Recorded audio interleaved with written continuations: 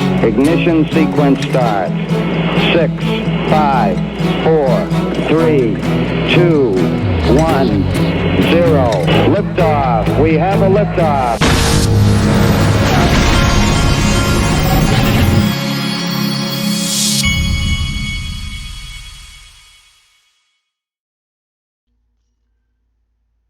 Hey everybody, this is the Digital Asset Investor, and if you watch this video to the very end, I think that you will be pretty amazed at what you see.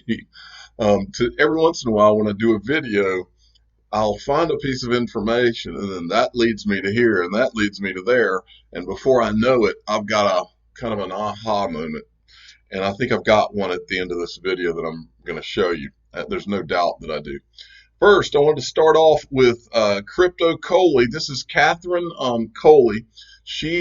Remember, Catherine Coley started at Ripple, and then she was hired as the CEO of Binance.us, so Binance America.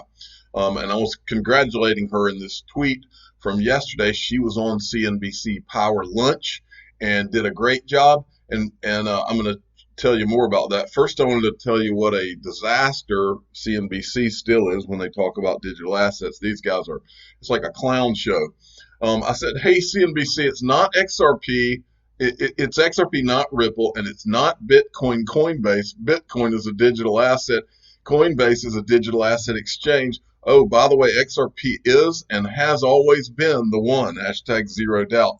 What I was pointing to is, look how they're showing what they think are the currencies. Apparently, they're not communicating with their graphics guy again. This has been a constant problem.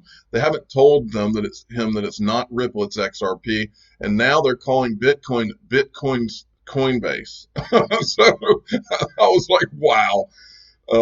But okay, so of course, when CNBC promos the Catherine Coley being on, what they focus on is Bitcoin. They completely don't put in the headline XRP, which she set them straight on, and I'll show you both. This is what they highlighted. What do you think is behind this latest move higher? Hi there. I think we've seen a lot coming through with the markets. Right now, we're seeing an excitement going into that Bitcoin halving, as well as an increase in the available derivatives products out there. You see the open interest on the CME at its highest, and you also see access to digital assets at the easiest level ever. So, and access to digital assets, is that sort of the way that people are accessing this? I wonder if it's also, we spoke with the firm that had their kind of quasi-ETF approved by the SEC in just the last couple of weeks. So does it feel as though the regulators are starting to get behind this as well? Absolutely. You saw Grayscale, as you mentioned, get that clearance through from regulators. You also saw Hester Pierce put forward her proposal for an increased regulation around allowing for new activities to take place with kind of a 3-year benchmark. You see, so go ahead, finish your thought. I'm sorry. Seeing these changes is really an important thing to see the evolution take place and see America lead that chart. What do you? So she did a great job there, but that's just the part where she's explaining Bitcoin. Binance.us tweets out the good part where she's setting them straight that XRP and Ripple are different. Listen to this. That's going to be a different case and scenario for something like XRP, which is really going to be useful for cross-border transactions, instantaneous settlements, and moving funds across borders. XRP is Ripple, right? Yes, XRP is actually the digital asset. Ripple is a company. That's going to be a different. So there you go, where she tells them these guys already know this because they've been talking about it. This has come up several times over the last few years, and it's been on CNBC, and it's almost like some intentional misrepresentation of what it is. Okay, I wanted to move along, and this is from Spring yesterday. Remember, for those of you that don't know, Spring it was created by Ripple. Spring is run by a guy named Ethan Beard. Spring is for the purpose of investing in companies that will create new and unknown use cases and create brand new use cases for XRP. This is a tweet from yesterday. Great seeing, who's this?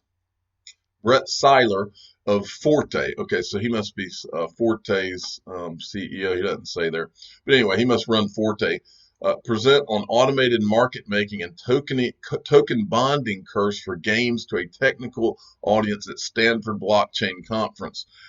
Remember, this is what Brad Garlinghouse brought up in his CNN interview about how there's also going to be other use cases and he used as an example, I think Forte, which is a gaming platform of some sort. Gaming, and I talked yesterday about this, about how my son plays Fortnite all the time, and they use some kind of Fortnite token, I believe, to buy skins. And I was talking about how silly it all is. My son will come in here and ask me if he can use my Visa to buy some stupid dance on a video game, and I'm like, where's this world going to? But anyway, enough of that. But that's, whether you and I or I as a 46-year-old man think it's stupid is irrelevant. What's relevant is it's a multi-billion-dollar business, and they are buying dances, and they're going to be doing it with XRP and other digital assets, and that is a big deal. Okay, from Matthew Liney, this is a great little piece that he put together. BIS appoints Innovation Hub head in Singapore, Switzerland RippleNet user, Swell attendee Andrew McCormick. Now, let's look at this. This is the article. The Bank for International Settlements today announced two key appointments to the BIS Innovation Hub, a new initiative designed to support central bank collaboration on new financial technology. Andrew McCormick, Chief Information Officer at Payments Canada, will head the BIS Innovation Hub Center in Singapore. Morton Beck, head of the Secretariat for the Committee on Payments and Market Infrastructure, CPMI, will head the Hub Center in Switzerland. And so now let's go back to what Matthew Liney found. If you go down, he's showing you how Andrew McCormick, Vice President of Payments, this is one of the guys, and Dilip Rao are speakers at the same thing, just to kind of illustrate for you. Central Bank Show and Tell. In this segment, Dilip Rao, this guy, and Andrew McCormick and Marcelo Yard discuss working with Ripple. So you've got this guy that's now appointed to work for the BIS has been working with Ripple. It's not any big secret. And then you've got this from Benoit Cure. This guy, just as an FYI, Bank for International Settlements Innovation Hub, views are my own. I had a good discussion this morning with ASEAN fintech leaders at what is this? It won't come up. On unbundling and rebuilding financial services. Now, also we've got XRP Crypto Wolf. The Bank for International Settlements, Benoit Cure, I'm sure I'm saying that wrong, said the stability of the global financial system needs central bank money to be the back end of the system for digital currencies. He said fiat will need to be tokenized to be part of the backbone. Right? Okay. All right. Michelle Vandenberg sent me this. And I wanted you to see this as well. I'm not going to show the whole thing, but I'll show you part of it. And I had seen Mark Yusko tweet out that he was going to be on CNBC. Now, remember, Mark Yusko, who I believe is a very smart guy, he is the partner to Anthony Pompliano, and he started Morgan Creek Digital Assets. Okay. Morgan Creek, these guys are Bitcoin maxis to the max. Now, I would have no problem with these guys going on and talking about how great Bitcoin is. The reason I always pick on these guys is because they're only telling half of the story, and they know they're only telling half the story. They're telling the story of Bitcoin as this store of value because they do know that it's not good for anything else. In fact, in the interview, you can kind of see that he realizes that because they ask him about the payments part, and he goes back to store of value because he knows. But they also know that XRP is the one. They also know that XRP is good for payments, but they will not mention XRP or Ripple no matter what. And so that's what I said here. Now, here's his interview. And again, I want to make sure you understand. All I'm saying is that these guys need to be honest when they're on these shows and promote and not just act like it's just Bitcoin because they know it's not just Bitcoin.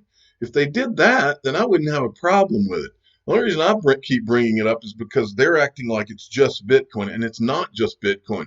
In fact, I would tell you that Bitcoin is going to be a big nothing sandwich if you compare it to XRP, in my opinion. Now listen to this. Is the Bitcoin bonanza back in play? the crypto dropping sharply in the last few minutes, but it is, not make too much of it. It's still up more than 30% this year and right around that 10,000 level. Your next guest says Bitcoin could maybe double or even triple so far this year. Let's bring in Mark Yusko of Morgan Creek Capital Management. He joins us from Raleigh, North Carolina, the RDU. Mark, it's good to have you on the program. Thanks very much. Thanks for having me, Brian. Yeah, listen, today it fell a little bit, but the reality is Bitcoin's been red hot. I mean, absolutely red hot, along with, by the way, a lot of the other cryptos. What makes you so optimistic, because I think Tim called NVIDIA a widowmaker before, that Bitcoin is able to continue to move higher in an extremely volatile market? Yeah, look, I think the best thing about the Bitcoin market today is the fundamentals. The fundamentals continue to increase and improve. Adoption is growing. The number of wallets is up. The number of transactions is up. All the fundamentals really continue to get stronger. And we've also got the halving event that's coming up in May. And one of the things that does is that compresses supply. There won't be as many rewards every 10 minutes, every block.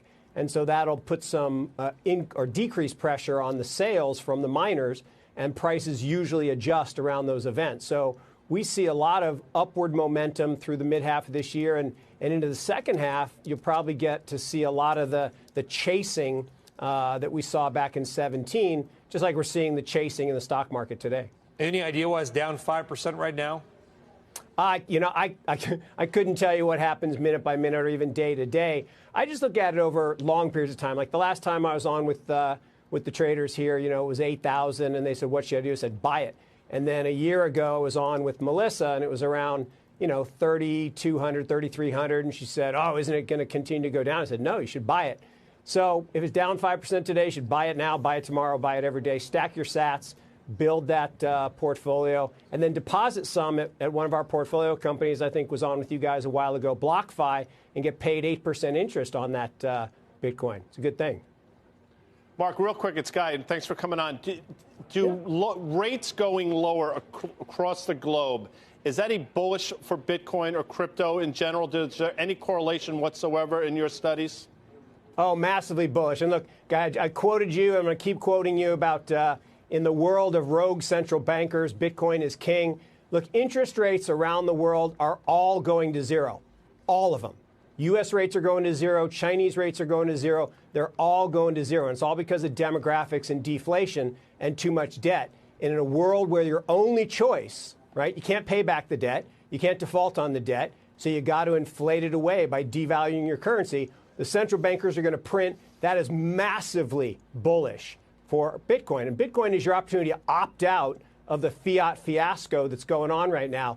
And Guy, you coined the term, and I'm going to keep talking about it. Mark, it's Karen. Let me ask something. So clearly that's good, this fiat currency crisis, if we have one. But is that the main underpinning of Bitcoin more than digital currency at this point? So she's basically asking him here, are you basically saying Bitcoin's a store of value and it's not good for anything like payments? That's what she's asking him. Watch how he answers it, because he knows he can't answer it by saying Bitcoin's good for payments. Oh, really great question, Karen. You think about Bitcoin itself. Today, it's really a store of value. It's not designed to be an exchange-traded token like a Visa or MasterCard substitute. That's the Lightning Network. Companies like Zap, a new investment we just the Lightning Network, which doesn't work. That's going to take care of that second-order payments level for speed. Bitcoin is designed around security, most secure computer network in the world. Anyway, I think you get the picture. He's a Bitcoin guy. He's not going to talk about the one because he, like all Bitcoin maximalists, are terrified of XRP, the greatest digital asset ever created. Okay, now, they mentioned in that article about the crash that happened with digital assets yesterday afternoon. And I wanted to make sure I mentioned this. I tweeted this out, another flash crash on BitMEX. On BitMEX. This is the one that Arthur Hayes runs, right? And I said, and that's because we've seen this market surge over the last 2 or 3 weeks. We've seen it surge at least 2 or 3 or 4 times. And each time that it surges ahead, we see some kind of weird stuff coming out of BitMEX. And this is the third or fourth time that it's happened in the last 2 or 3 weeks. Look right here. It's let me see where it talks about BitMEX right here. Bitcoin crash liquidates over 100 million in positions. According to data from skew.com, a leading cryptocurrency data provider for derivatives, over $120 million worth of BitMEX long positions were liquidated in this massive flash crash lower. So I just wanted to make sure you all saw that, because every time this is happening, you have to ask yourself if there's some kind of serious manipulation that's going on in these markets right now. Now, does that matter now? It might hurt now, but does it matter in the scheme of things for Ripple and XRP? No, because once you have, like I said yesterday, once you start seeing nodes light up like a Christmas tree with a Bank of America or a central bank of Singapore or whatever, and then you start to see some of these liquidity providers go live. And that reminds me, folks, this is why it's irrelevant in the scheme of things for XRP. Because if Brad Garlinghouse is right, and you have trillions of dollars flowing through XRP, it's not going to matter. All this market stuff is just, it's going to make it irrelevant. Okay, and basically all the volume you're seeing, all these crazy volume increases in XRP that you're seeing, that you've been seeing recently, are all literally like 1 or 2 corridors, period. Wait till we have hundreds of corridors. Okay, now let's go. I want to show you a couple more things, then I'm going to get to my favorite thing, which is the end of what I'm about to show you. XRP crypto. Brazil's central bank is responding to the growth of cryptocurrency with a new payment system called Pix, which will provide 24/7 payments in up to 10 seconds via mobile app, internet banking, and ATMs for individuals and businesses. It will launch November 10th. And then I wanted to show you this. This was a tweet from XRP Crypto Wolf on August 26th of 2019. Central Bank of Brazil adopted IMF guidelines for classifying cryptocurrency as goods. Recognizing crypto as property makes them eligible to be used as a payment mechanism. Ripple's new office in Brazil, along with their new Rapid XRP corridor, and it gives you a wink. The digital asset investor is now giving you a wink.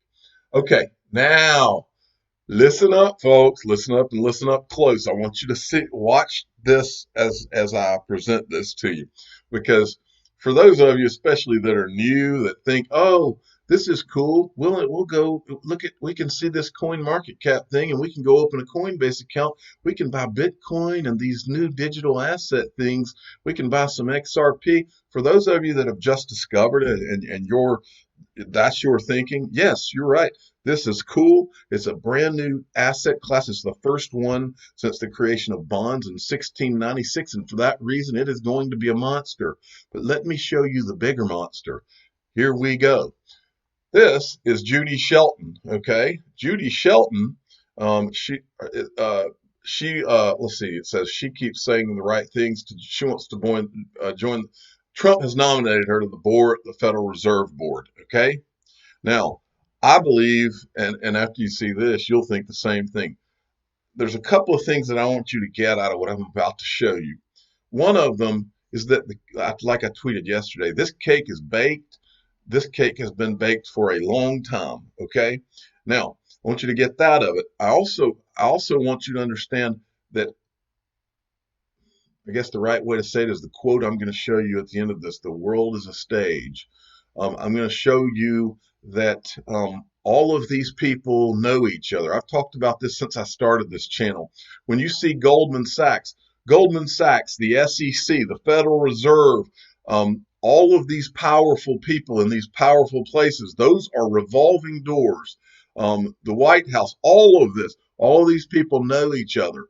All of these economists and people in the IMF and the Federal Reserve, the SEC, Goldman Sachs, they're all on the same team, folks. It's just the way it is. Money controls the world. Money is power, and it will always be that way. Okay, so watch this thing unfold. Okay, so this is Judy Shelton. She's Trump wants her to be on the Federal Reserve Board, right? So C.S. May 144K sends me this video.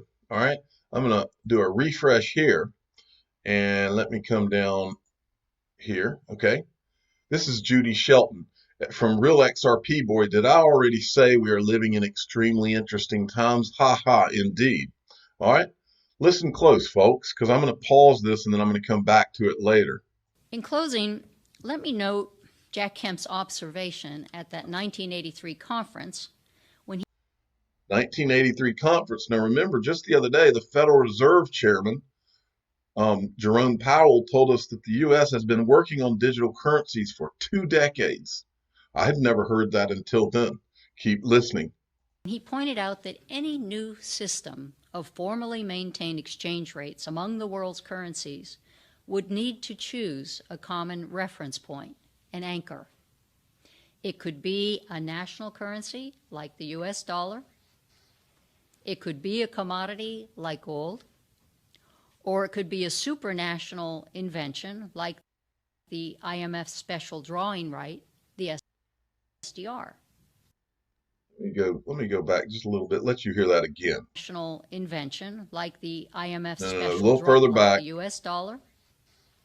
It could be a commodity like gold, or it could be a supranational invention like the IMF special drawing right, the SDR. Okay, so she says a supranational invention. I like the word invention there. A supranational invention like the SDR.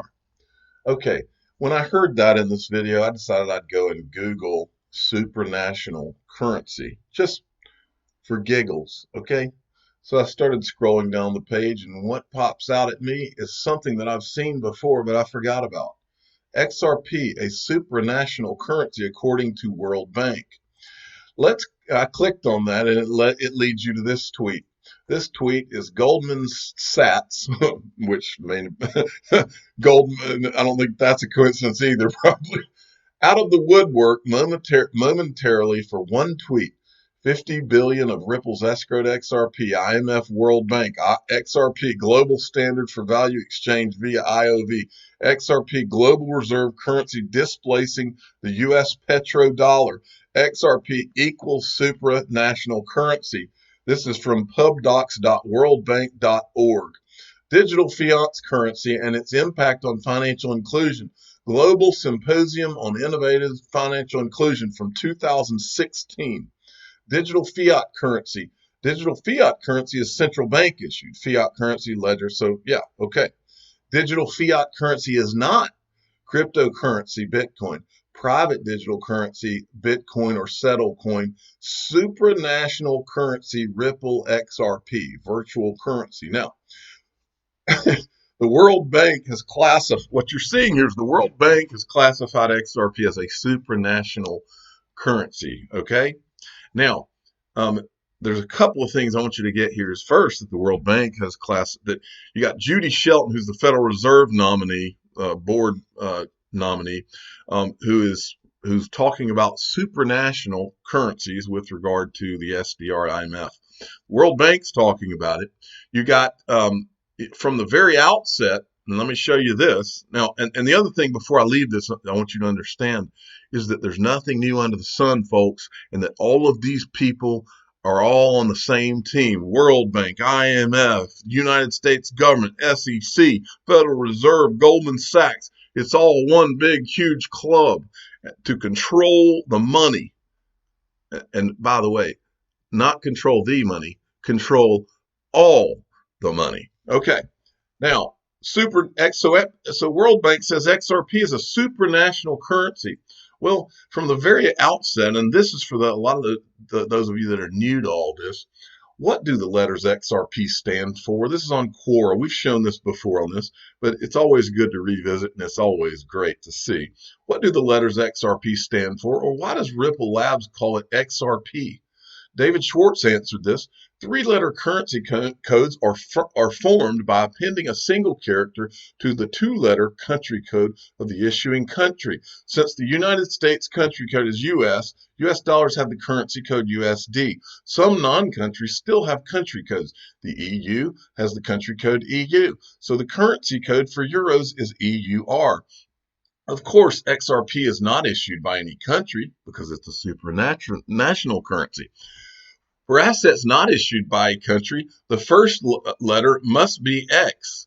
No country code started with X will be issued. So, for example, since the chemical symbol for gold is AU, gold's currency code is XAU. Some people use BTC for Bitcoin, but people who care about standards use XBT. XRP's first letter is X because XRP is not issued by any country. In early days, we called the ledger's native asset ripples. So the natural currency code to choose was XRP. I don't think anybody calls them ripples anymore, but I have heard ZERPs, and he's joking there. But just as a little project, let's go down the list of the top 10 or so and just look who's using this. XRP, Tezos, Stellar, and Monero. Just wanted to show that just to show it. Okay, now I want to go back. I'm going to let you listen a little further. We're going to get rid of this and this. Well, no, I'll keep that up. But let's go back and listen to Judy Shelton a little bit more. And when you're listening to this, by the end of it, I'm going to ask you a question. The question is more or less this. If you don't believe me on the fact that this is all planned, that the cake's baked, and that they're all talking to each other, and it's all a plan, it's a bigger plan than we know, then just listen to the rest of this, okay? Here we go. Bob Mundell gave his own view. He said, choosing a dollar standard would be like imposing English as a world language. Choosing the SDR, he said, would be like trying to impose Esperanto on the world trading community. Mundell said that a gold standard would be closer to the mark, in his words, given the significant gold holdings of central banks. Quoting Mundell, if all countries agreed to convert their currencies into gold at an agreed price, gold could serve in lieu of the SDR, and the international gold standard would provide the world economy with a common currency, unquote.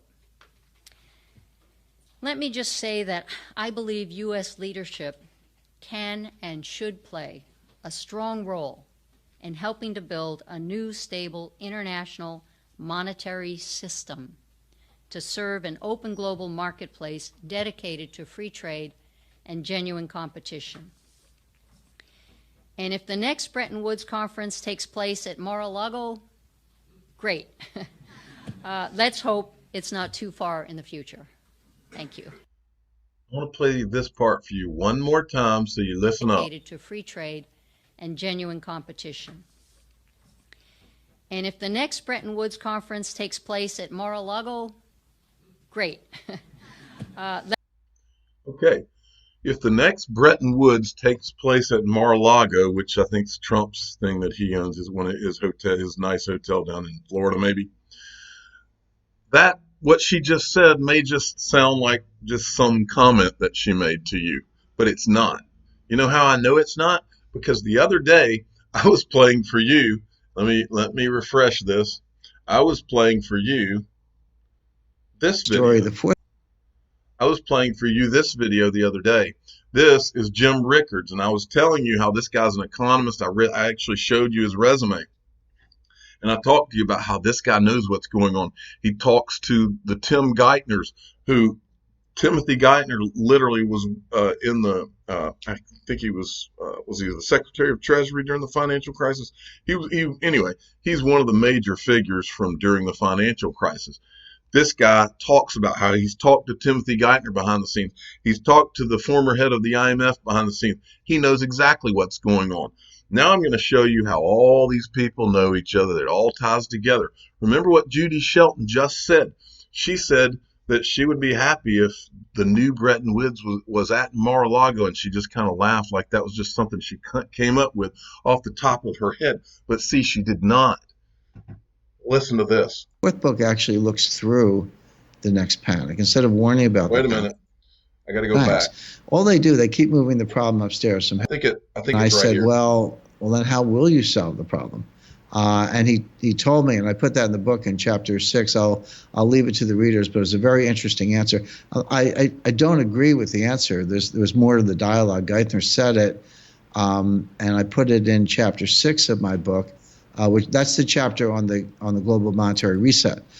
So it's in there. Subsequent to that conversation, which took place in New York, I spent an hour in Hong Kong. Well, I was there for a few days, but spent an hour one-on-one of the IMF and of SDRs. And he, nice guy, but he just blew up. He said, that guy, he hates the IMF. And so I got an inside the IMF perspective on how SDRs work. And a lot of the stuff I knew from my own studies, my own research. But, as you said earlier, Lynette, it's one thing to read it and study it and understand it, which I do.